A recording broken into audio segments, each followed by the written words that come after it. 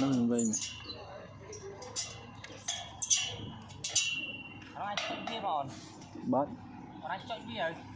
Nó bị này mình tới bị đau vậy. Chọc quá.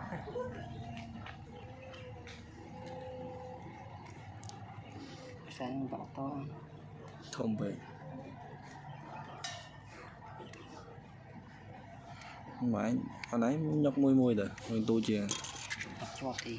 ở trò mình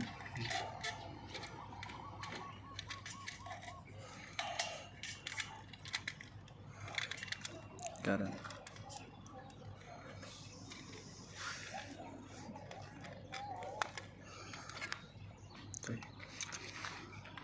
trong phe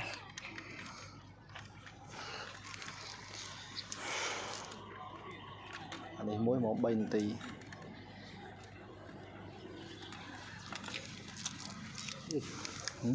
nó sắp lư mà lâu mà men hay lại cái gì ta đừng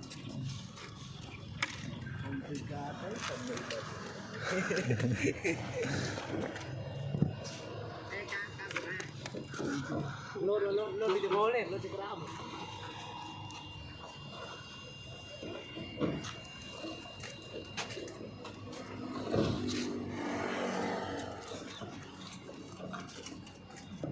con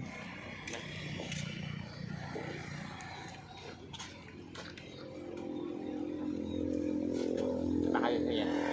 làm một lớp cửa cao thì ban thật là nghi cho móng 5 lá mà tôi trả bởi dương miên lôi hơi tờ bố thôi đi ban hơi tờ bố nó đấy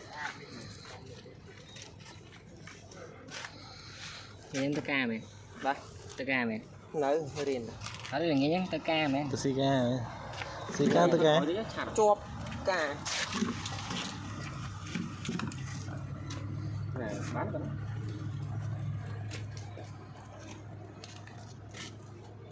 đấy có coi món ấy đây thì mình nắm chạy hả mà nhưng mày từ hàng chia này ta cho này châu hai gì toàn thơ ấy này bà đây hiền co vậy bà làm tim mạnh tầm cho tìm vui để mình thắt trâu dương